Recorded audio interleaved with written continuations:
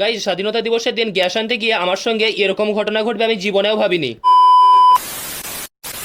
চলো গাইস, আর বেশি না বকবক করে তাড়াতাড়ি এখন আজকের ভিডিওটা লাইক করে দাও। সব ব্যাপারটাই তোমাদেরকে খুলে বলছি। আসলে গাইস, আজকে ছিল 15ই আগস্ট। আজকে আমাকে আবার আব্বু বললো হালকা করে একটা এইচপি গ্যাস সিলিন্ডার নিয়ে আসতে। সেই জন্য যেরকম কথা সেরকম কাজ। আমি আর বেশি দেরি না করে তাড়াতাড়ি এখন হালকা করে আমাদের বাইকটাকে নিয়ে হালকা করে উঠতে উঠতে না মানে চলতে চলতে রওনা দিয়ে দিলাম এইচপি গ্যাস সিলিন্ডার অফিসের দিকে। আর তখনই দেখো গাইস, এখানে আমার সঙ্গে ঠিক কিরকম ঘটনা ঘটে। মানে গাইস, আজকে যেহেতু ছিল স্বাধীনতা দিবস, সেই জন্য ওরা হালকা করে আর কি স্বাধীনতা দিবসটা পালন করছিল। এর জন্য গাইস আমাদের রাস্তাটা একটু ব্লক হয়ে গিয়েছিল। সেই জন্য আমাকে কিছুক্ষণ ধরে অপেক্ষা করতে হলো। তারপর গাইস কিছুক্ষণ ধরে অপেক্ষা করার পর শেষে এখন ফাইনালি পৌঁছে গেলাম এইচপি গ্যাস সিলিন্ডার অফিসে। তারপর এখানে এসে দেখছি এখানে হালকা করে আর কি স্বাধীনতা দিবস পালিত হয়েছিল। গাইস তোমরা তো দেখতেই পেলে যে গ্যাস অফিসে হালকা করে একটু ভিড় ছিল। সেই জন্য আমি এখন জাতীয় পতাকার সামনে দাঁড়িয়ে এইরকম ভাবে একটু পাকামো করছিলাম। তারপর গাইস কিছুক্ষণ ধরে হালকা করে পাকামো করার পর শেষে এখন ফাইনালি আমাদের গ্যাসটা বুকিং হয়ে গেল। সেই জন্য আমি এখন চলে গেলাম গ্যাসটাকে আনতে। তারপর গাইস তোমরা তো এখানে দেখতেই পাচ্ছ ফাইনালি আমি একটা ফুল সিলিন্ডার গ্যাসটাকে নিয়ে হালকা করে বাইকের মধ্যে ভালোভাবে বেঁধে নিয়ে উঠতে উঠতে না মানে চলতে চলতে রওনা দিয়ে দিলাম বাড়ির দিকে। এটাই ছিল আজকের মিনি ভ্লগ। কি রকম লাগলো অবশ্যই যেন কমেন্ট করে জানিও। আর চ্যানেলে নতুন হলে চ্যানেলটিকে যেন অবশ্যই সাবস্ক্রাইব করে দিও। স্বাধীনতা দিবসের স্পেশাল ভ্লগ অলরেডি আমার চ্যানেলে পোস্ট হয়ে গেছে। সেখান থেকে তোমরা একটু কষ্ট করে মানে নিচের লিংকে ক্লিক করে দেখে নিও।